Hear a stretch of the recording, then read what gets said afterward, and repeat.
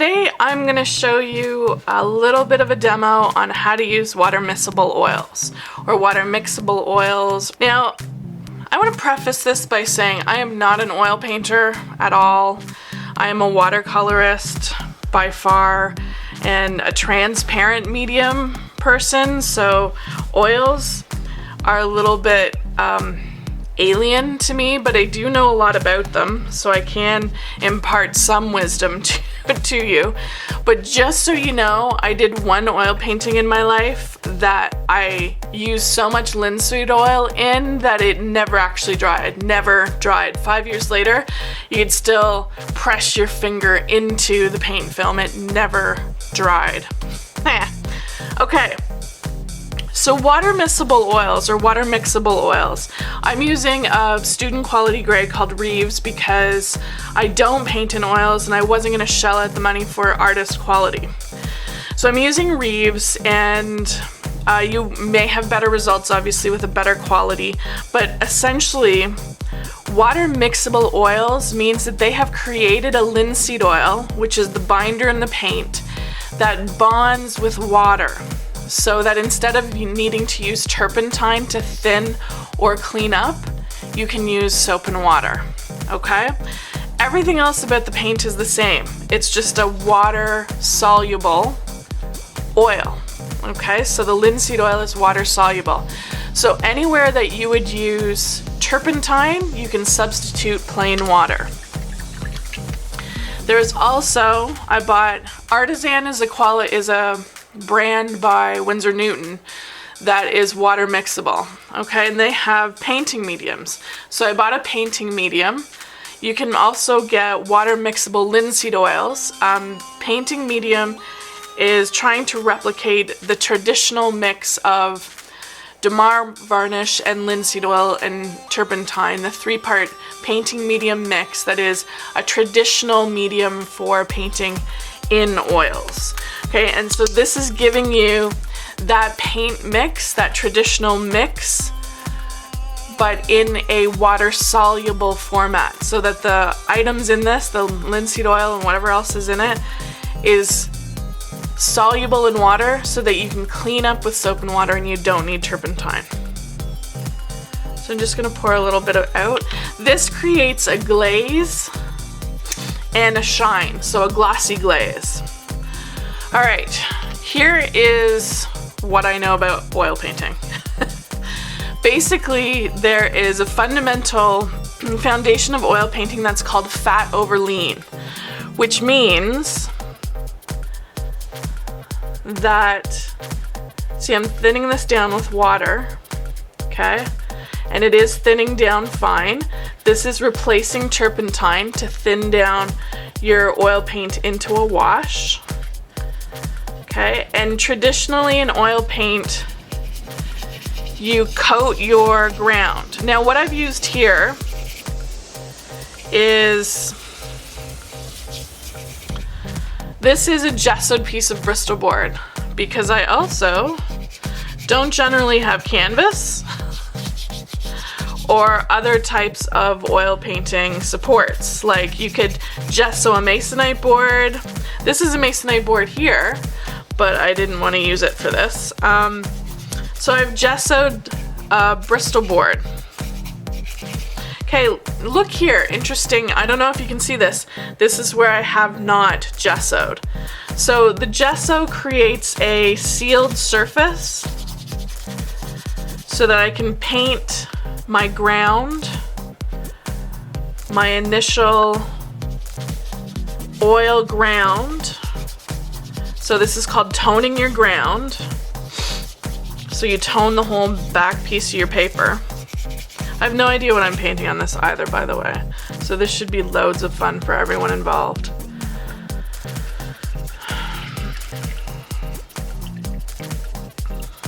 This is a little too pink for my liking. I'm gonna add a little bit of water. I'm gonna add a little bit of yellow to this to orange it up a little. Because generally speaking, a traditional toned ground would be like a burnt sienna or a yellow oxide or a raw sienna. Ooh. Ooh. Okay, this is starting to dry. This is getting a little bit sketchy here. Now I keep adding water, and water breaks down the paint, right?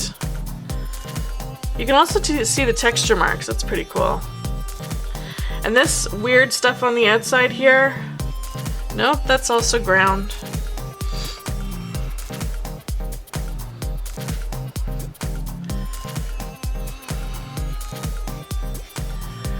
Unfortunately, because I don't paint, I don't paint in regular oils, I don't know how weird or not weird what the paint is doing right now is to the regular process. Okay, but this is toning your ground, and it's normally used with oil paint and turpentine wash. You can tone your ground with oil paint and a turpentine wash. Okay, I'm doing it with water mixable oils and some water. Okay, now I need to let this dry. This is the beginning of what's called fat over lean, which I started to talk to you about before but got distracted. Fat over lean is the oil foundation painting process where the fat refers to the linseed oil, the amount of oil in your paint. So you always start with a low amount of oil and then work to a much higher amount of oil. Okay, so fat, lots of oil content can go over a little bit of oil content. And the reason for this is because oil dries by oxidization. Okay, it is a chemical reaction that happens with the air and it oxidizes, and that's how it dries. It's not evaporation, that's acrylic, so acrylics evaporate. Oils oxidize, and it's a chemical process. Now, if you have a lot of fatty oil underneath a layer that is very thin like this, what will happen is the top layer will oxidize quicker than the bottom layer and will create basically a sealed crust of oil, a sealed crust of oil paint that is completely oxidized as the underlayers are trying to continue to oxidize, which creates plumes or fat deposits on your paint. I've seen this a lot of times with people coming in who have no idea what's happened to their oil paint, but it started to fog. It started to fog and plume oily spots. That's because they haven't been painting fat over lean. Fat over lean, people. Fat over lean will give you better results, okay? Now, this is toned enough, and just so you know, this was a little damp when I started with acrylic, so we're really not heading in a good direction. So, fat over lean, fat over lean. We've toned our canvas. I should probably put some white out. My God, as a watercolorist, I'm like, what's white? I don't use white. What is this? How do you paint with white? It's like I'm being tested, or maybe I'm being expanded. That's it. That's right. I'm being expanded. Now, a good thing to have if you're using water mixable oils is some sort of a scrubby area, because the bottom of this plastic isn't cleaning the brushes very well. You can clean your brushes with soap and water in the middle of it, and you really need to use soap because this is not getting out the linseed oil. Everything is going to be this. Okay, so let's paint. So fat over lean.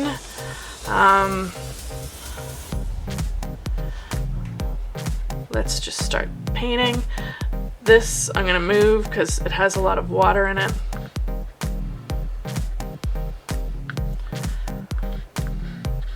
Honestly, people, I feel a little strange. I don't know how to paint in oils.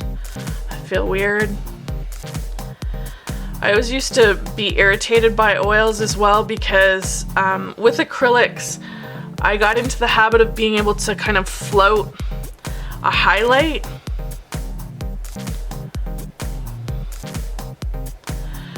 Float a highlight into the acrylic, and you can't do that with oil. If you try and float a highlight while it's still wet, it'll just disappear. There's a lot of waiting for things to dry in oils. I love the smell of oil paint though, I gotta say that.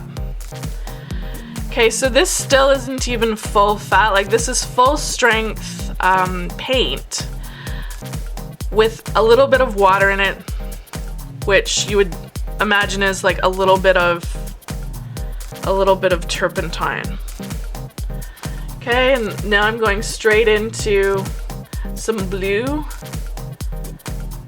Maybe mix this a little. Ooh, some purple.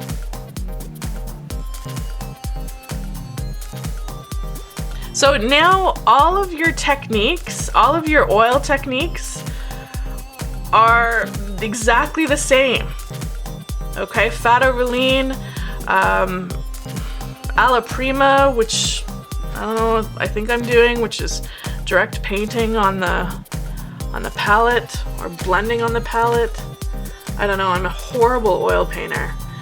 Please do not think that this is not a video of technique. Okay, this is just explaining water mixable and the differences between that and oil. Okay, this is nice. I mean, ooh, that's nice and blendy. Oh, I see. I see how some people must love oil, because it's just blendy blenderton. Blendy blenderton. Blendy blenderton, my friend. Oh my god, I'm singing. That might just get cut out. Okay. Ooh. See, nothing that I do does this. La la la la la. So blendy blendy. Okay, let's use a little bit of glaze. Okay, this is, I don't know what the fuck that is. I'm like a 5-year-old right now with the oil paint. La la la. Okay, so so blendy.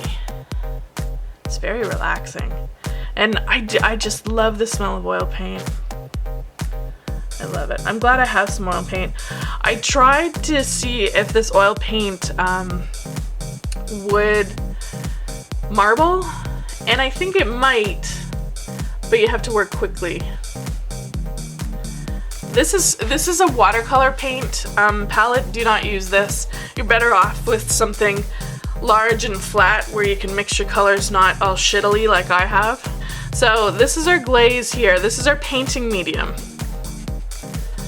Okay, and I'm gonna use just what I've got on my brush. Okay, so this is gonna create a transparent glaze. This is fat. This is a lot of fat. Okay, this is fat over lean. This is fat. That's a lot of oil. Okay, it creates a shine. It can, depending on how much we have, it's transparent. That's not very transparent, but there's also white in it.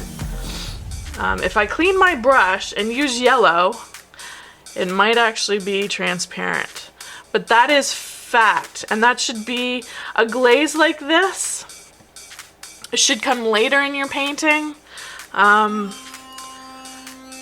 especially if you're using very thin washes.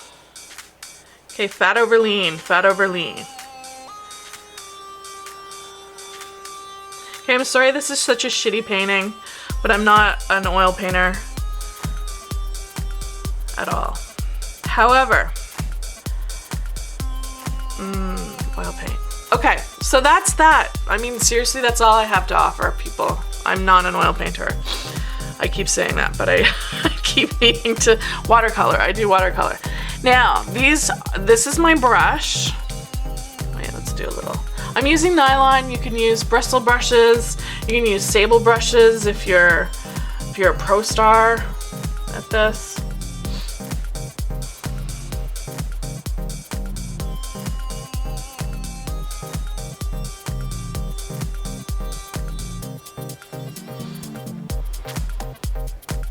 Sorry, I am attempting to create a thin glaze of yellow, and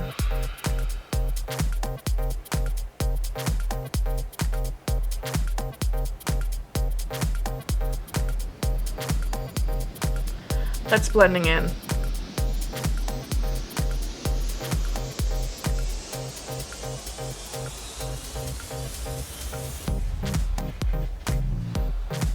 That's gonna dry glossy. This will dry glossy. Anyway, these brushes that I've used, I can mix these with soap and water and clean them up. Okay, that is the advantage to Water Mixable. Everything else is exactly the same in terms of oil painting techniques. Water simply replaces turpentine, okay? Enjoy my shitty oil painting and have fun with your Water Mixable oils. Thanks for watching.